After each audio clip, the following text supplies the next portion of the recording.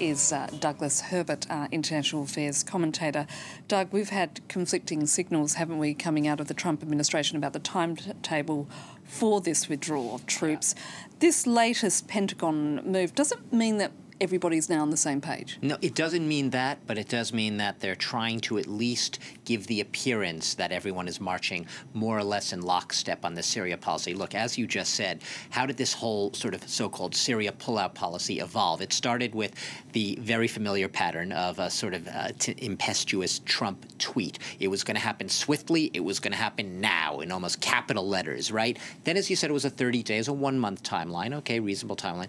It was lengthened then to about 4 months. 120 days, and then it just became completely vague, and there was absolutely no certainty of it. And the real uncertainty built to a head, if you will, when we saw John Bolton making remarks earlier this week during his own Mideast tour, in which he basically said there may be delays in withdrawing those troops of months or even years unless the U.S. gets guarantees from Turkey that it will not mistreat, or worse, the U.S.'s Kurdish allied fighters once the U.S. troops pull out. And that, obviously, you can imagine did not draw a favorable response from Ankara, from Turkey itself. And we even heard the foreign minister there yesterday is basically saying Turkey's not going to need permission from anyone for its own policy.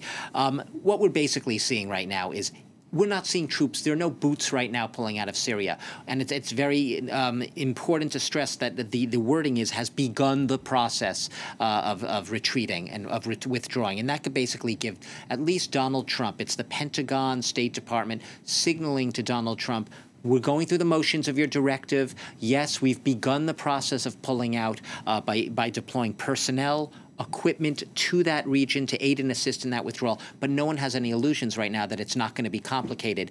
There's no specific timelines.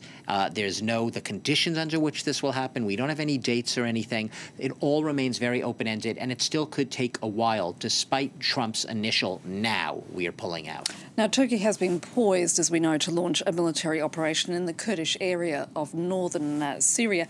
How does this affect Ankara's plans? Well, as I just said, if you take it straight from the horse's mouth, Turkey says it will not affect its plans at all. Turkey's intentions are, it is always intended, because it sees the Kurdish fighters that have been allied with the U.S. against ISIS as a terror group, essentially affiliated with a connected branch, another Kurdish group that Turkey's been fighting in the southeast since 1984.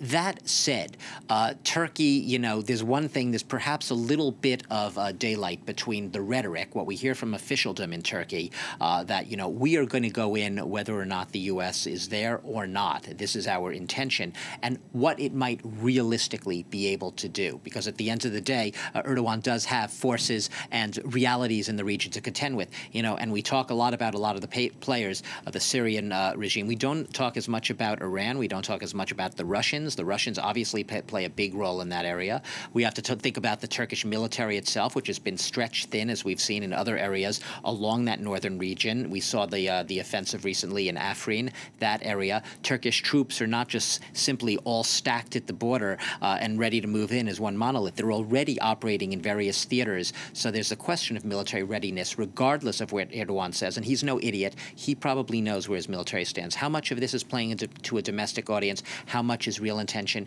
And how much is he maybe sitting there at the end of the day and thinking, how is this all going to unspool if we actually do move in? There's a lot he has to contend with. So I would not be standing by breathless waiting for Turkey to cross that border and invade. Doug Herbert, thank you. To other news now, and